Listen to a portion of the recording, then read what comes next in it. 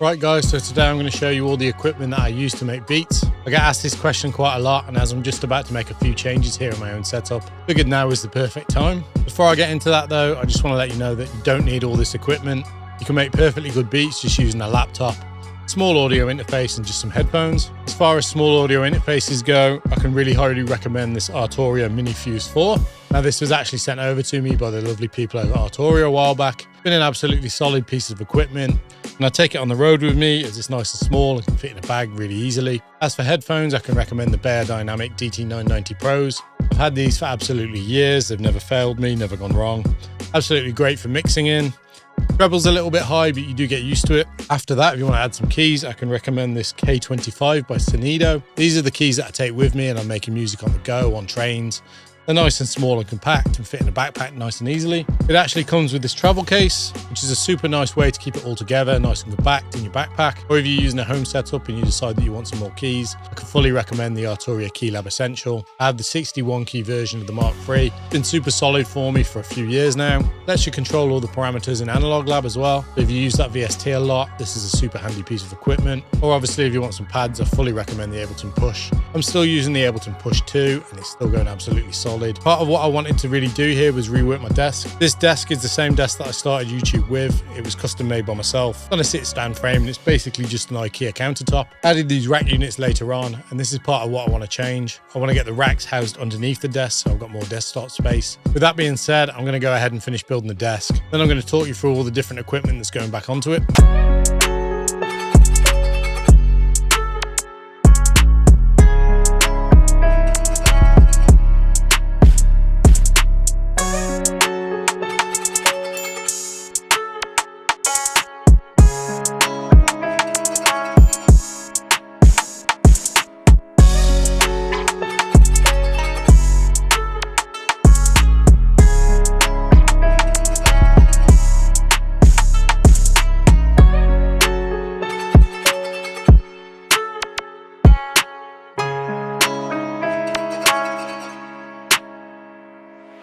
Right then guys, so it's been about a month since I recorded the first part of this video. Obviously Christmas and New Year's happened. I took some time off over that time. I've been crazy busy with Project Synths, so that's why I haven't got around to recording the second part of this. During that time, this whole desk has been reworked. So the desktop itself, that's another IKEA countertop that I've cut down to size. To that, I've added a 14U studio rack. This is made by Thon. I purchased that from over at Toman. This gives me plenty of space for any future upgrades I want to make, and I've added a couple of poles from IKEA as well, just for extra stability. The keyboard tray I made out of an oak shelf that I bought from Wix. So let's start with the machine that powers everything. This is based around a Ryzen 5950X 16-core processor. To that I added 128 gigabytes of RAM, which is absolutely overkill for music production. Do not by any means think that you need that. I only have so much because I used to do a lot of graphical renders for my previous company. For the graphics card, I've got an RTX 3080 in there. It's a little bit outdated now, but it's still going super strong. Then of course I just have a ton of storage in NVMe drives, SSDs, and even some old hard drives in there as well. Now sitting here on top of the desk, I still have my Push 2. It's just off to the side a little bit. The obvious big change here are these faders sitting in front of me. This is the Console Studio One system. I have both the channel strip section and the faders. Now this gives me direct hands-on control to most of the plugins that I use for mixing. This system actually works with select plugins from the Plugin Alliance, as well as FabFilter and UAD, as well of course Softube's own plugins. Obviously we have some motorized faders here. Now these move the fader controls within Ableton itself. Same with this one here for the panning. However, if I press this button, it loads up a channel strip. And on here, you've got this section here for shape and panning. If I press this button here, you can load these things out for different things. So for instance, I could add some saturation with the black box. Then you've got two EQ sections here. You can see we can just control things from here. And no matter what EQs you load in, it's all kind of mapped the same way. It's also got two different compressors. So at the moment I've got the Core FET, which is like an 1176 style, and the bus, which is kind of like an SSL G bus compressor. Then if you want to change the order of things, so say I want this compressor before the EQ, I just press this one and this, then I can move around where they are in the chain. It's really simple and easy to use, and it massively speeds up my workflow. For instance, if I just want to put a low cut on something, I can just grab this knob and turn it. Now, something that I really like about this system is it loads it into its GUI. So you don't actually use the plugin's GUI, And I find with that, I start mixing with my eyes and I actually start using my ears. Now, I'm not quite fully fluent with it yet, but I think over time, this will just become second nature. And I probably won't even have to load up the screen. I can just grab knobs and change the EQs and hear how it sounds and crack on. Now, the other thing that I do have here on my desktop is this Cobalt 8 synthesizer. This is a virtual analog synthesizer. It's the first synth I ever actually bought. And I do love the way it sounds and I like how easy it is to program patches for it. My main MIDI controller now is a Yamaha Montage 6. This thing sounds great. It's got loads of sounds in it. A lot of them, I believe, came out of the motif, so it's perfect for those 2000s style beats. It's also got a really nice feel to the key bed, which makes it perfect for using as my MIDI controller for VSTs. Next to that on my keyboard tray, I have a Contour Shuttle Pro 2. Now, I use this mostly for video editing, but it also works really nicely as a scrub wheel inside Ableton itself. I've had this for a while, and honestly, without it, it would take me so much longer to edit videos. My studio monitors here are the Adam Audio S2Vs. Now, these are probably one of the best purchases I've made in terms of my overall mixing.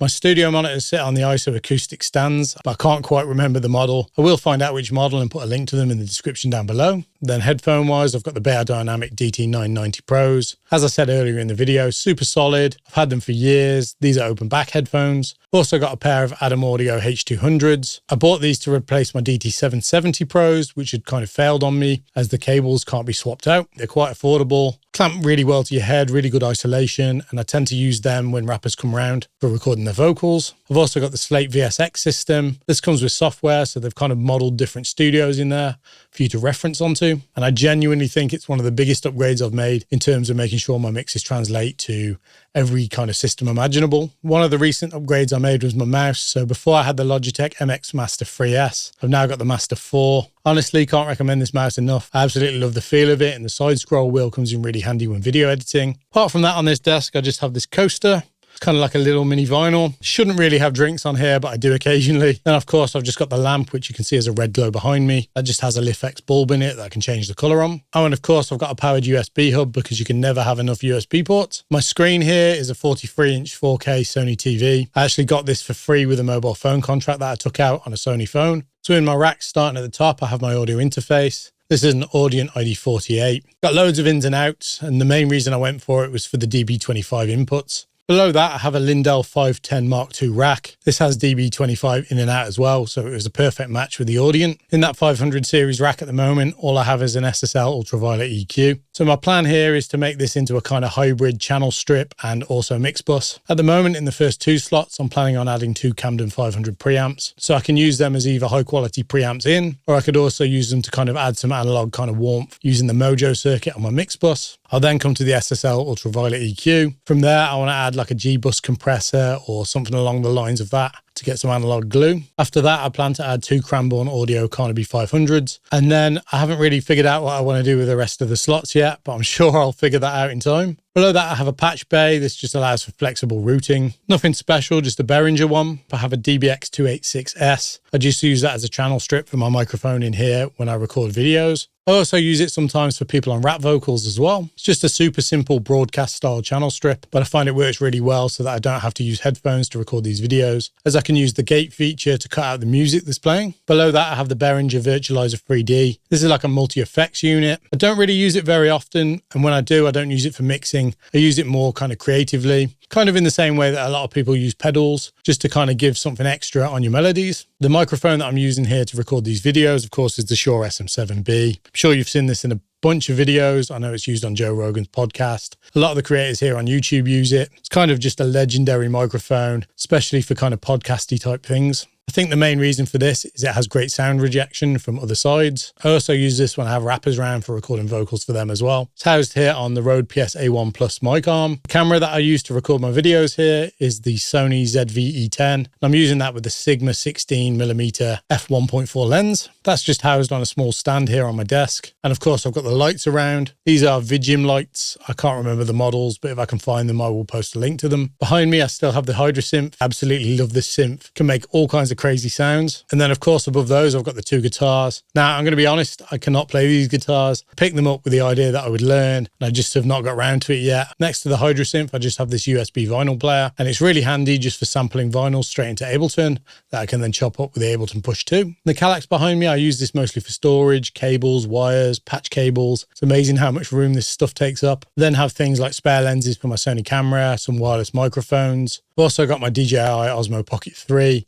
which is a super handy travel camera. Plan on making a lot more content like studio vlogs when I'm out and about with that camera specifically. And then I also have things like my camera gimbals and just some elements of percussion, like some shakers and things like that in there. And then one of the other really big upgrades that I can't stress how much of an upgrade it is recently was changing my chair. So for years I'd been using an office chair that was kind of a bit battered. It was a bit squeaky. So I've switched up now to the Modal studio chair. This is from Gear for Music. This thing is built solidly. It was really easy to put together and it is really comfy. I also really like the fact that the arms move. So if you do want to play a guitar, you can move these up out of the way so that you can fit it in. Then of course, the other things I just have around are things like the light strip, the neon rope. And then off camera here, just over to my left, I have this large fan that I bought from Lidl. This comes in super handy with all these lights on in the summer. And I think that's it. I hope you've enjoyed it. Let me know your favorite piece of the gear or what gear you think I should next buy in the comments down below. I'll probably do another video like this next year just to show you what's changed. And of course, like I said at the start of the video, you do not need all this gear to make beats.